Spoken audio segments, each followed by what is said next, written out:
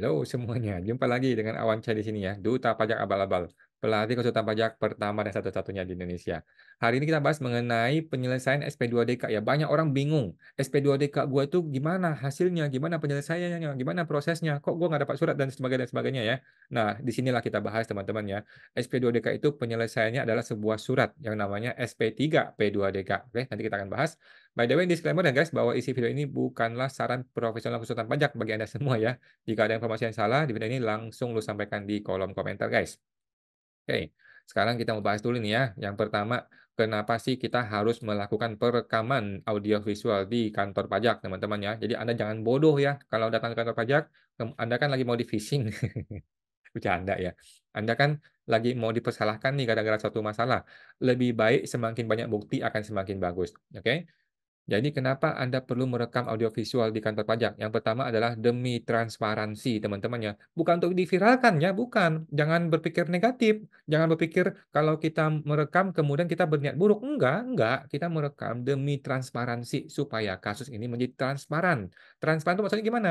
Maksudnya antara kita berdua gitu loh, antara wajib pajak dengan si oknum atau si petugas pajak tuh jadi transparan, kita tuh nggak sembunyi-sembunyi, kita tuh nggak diam-diam gitu loh, kita tuh nggak bisik-bisik gitu loh maksudnya, ya. Bukannya berarti saya berniat jahat, tidak, kita merekam untuk disimpan aja, disimpan, bukan mau diviralkan ya. Nanti kita viralkan kalau dia dia oknum, kan begitu.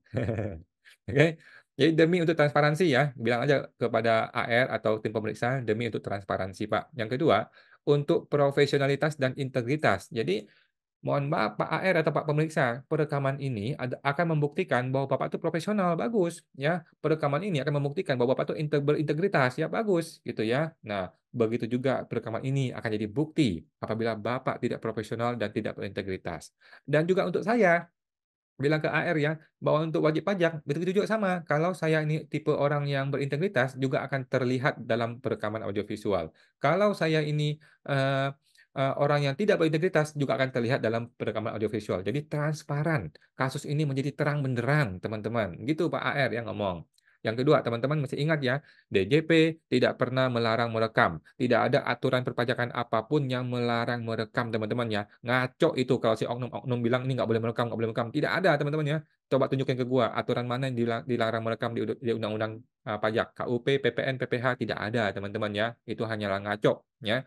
Nah, tetapi kalau Anda mau sedikit bernegosiasi, kalau lu sedikit mau ngikut gitu ya, kita masih baca lagi pengumuman mengenai larangan merekam.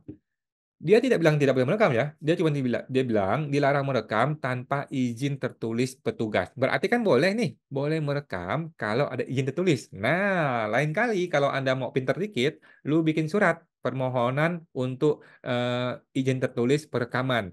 Kalau dia melarang, sorry bos, harus ada surat tertulis penolakan dong. Nah, kita minta surat tertulisnya. Kalau dia tolak, mesti ada surat tertulis. Kalau dia izinkan, mesti ada surat tertulis. Kalau dia tolak, mesti ada surat tertulis dengan jelas dasar aturannya apa. Kenapa saya tidak boleh merekam? Kenapa ada orang boleh, kenapa ada orang tidak boleh merekam? Apa dasar hukumnya? Apa dasar pertimbangannya? Di situ dia akan bingung si oknum itu, teman-teman ya.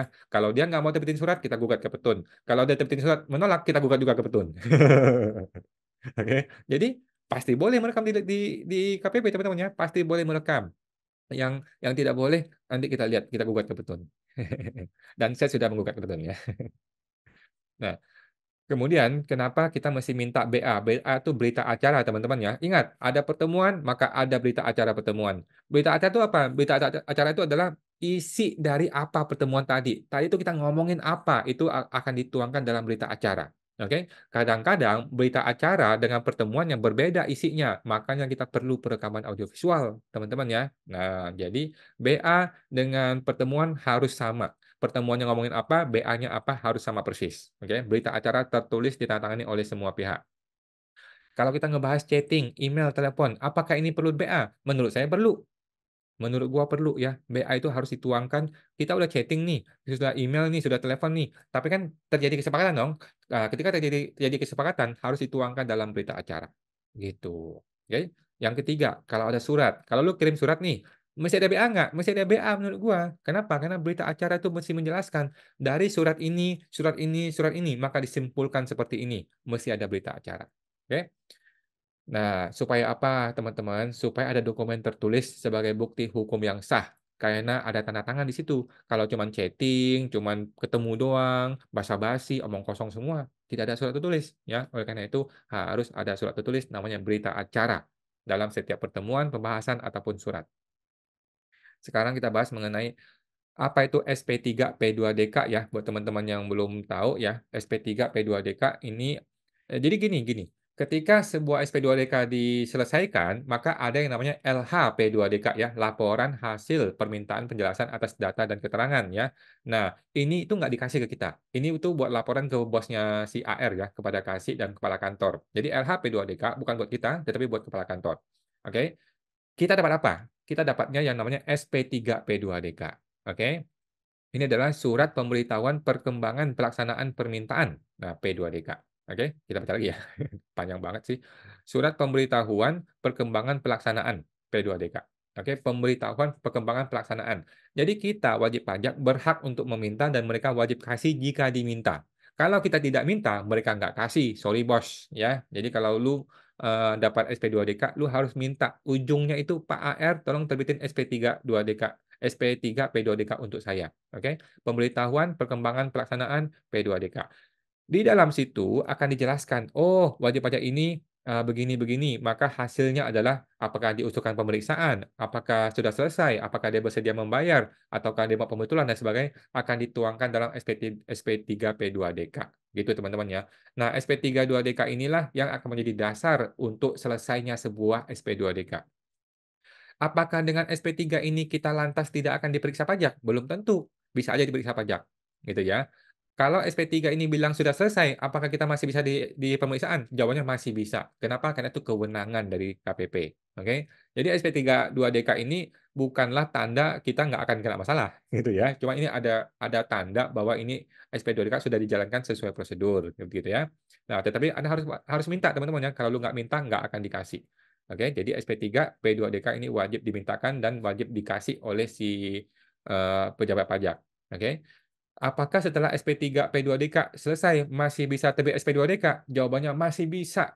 Jadi ini bukanlah kunci keamanannya, tidak teman-teman ya. SP3 P2DK hanyalah surat untuk penyelesaian atas SP2DK yang itu. Sedangkan masih bisakah kita kena SP2? Masih bisa. Oke. Kemudian, kenapa kita mesti minta kertas kerja penelitian? Nah, kadang-kadang teman-teman ya, kalau lu ketemu oknum, lu tahu dia error, tapi dia nggak bisa kasih penjelasan yang memuaskan lu. Lu minta A, dia nggak mau jawab A. Lu minta B, dia nggak mau kasih B. Atau lu tanya, tanya macam-macam, dia muter-muter kayak kayak apa gitu ya, muter-muter, nggak jelas gitu ya. Maka, lu boleh meminta kertas kerja penelitian.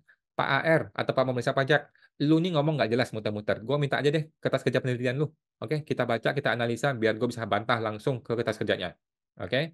Pasti ada dong, kertas kerja dong. Kayak ini negara ya, bukan negara bapak lu gitu ya. Ini kan negara, ada aturannya, ada tata caranya. Pasti ada kertas kerja penelitian. Oke? Nah, kalau dia nggak mau kasih, kita bilang, oke Pak, nanti saya minta di pengadilan. Kalau pengadilan hakim minta, dia harus buka ke pengadilan. Nggak boleh lagi disembunyikan di pengadilan ya. Di dalam pengadilan, semua bukti-bukti harus terang benderang, seterang cahaya. Gitu teman-teman ya. Oke, jadi itu teman-teman, itu hak-hak Anda sebagai wajib pajak ketika menerima SP2DK ya. Jangan sampai lu tidak meminta ini semua, lu harus minta sebagai dasar untuk selesainya SP2DK supaya hati lu lebih tenang.